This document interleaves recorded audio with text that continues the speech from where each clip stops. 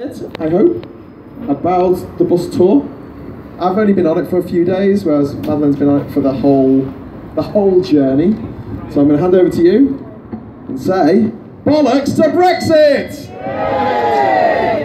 Hello, wonderful people. So thank you for coming out today to greet our Bollox to Brexit bus. We have been touring the country with this bold and provocative slogan, because we want to engage people with our debate and our message.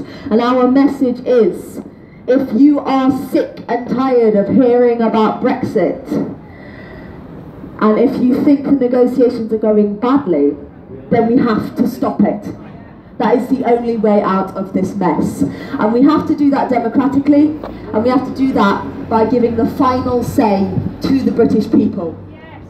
We need to take back control of this situation that has been manufactured by political elites, and we have to give the power back to the British people and give them the final say on this mess. Because it's not a done deal.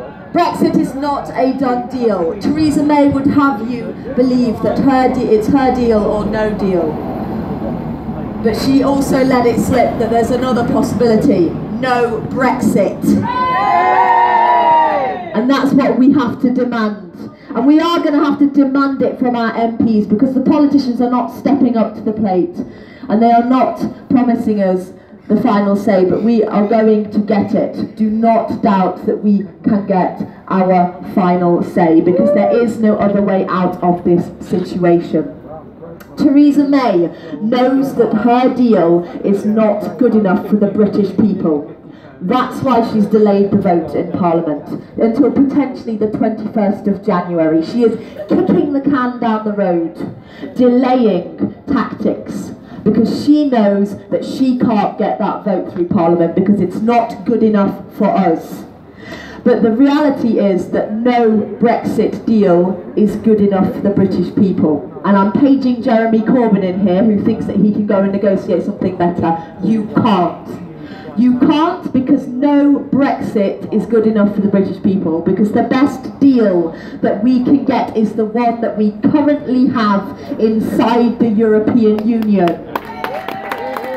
With all of our rights, the opportunities that we have to live, work, study and travel in 27 other countries, funding for our universities, funding given to deprived regional areas that have been deprived at the hands of Westminster, at our own government, who have then used the EU as a scapegoat for their own failings. There is a great injustice in that, and that's what we're standing up to today.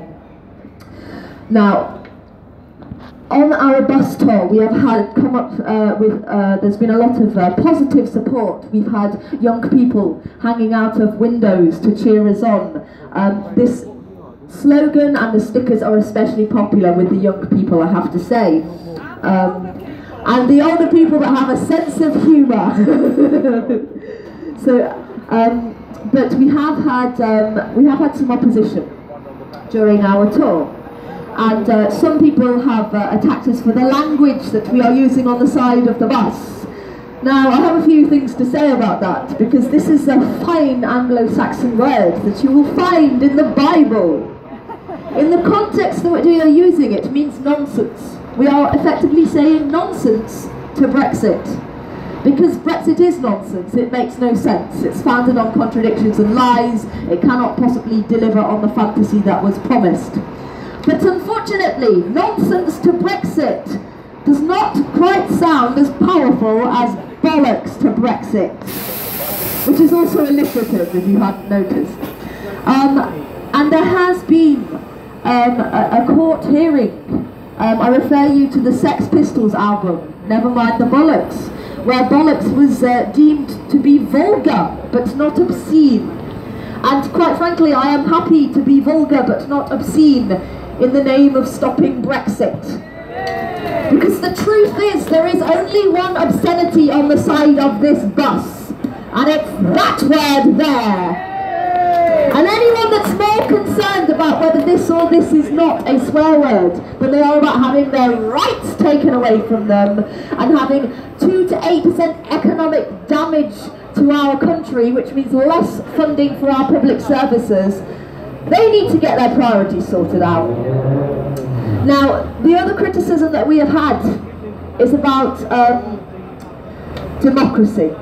Yesterday in Durham, we were confronted by the EDL. There was a huge gang of them. They lay down in front of the bus, they threw eggs at the bus, they banged on the bus, and the police did not move them on for 45 minutes.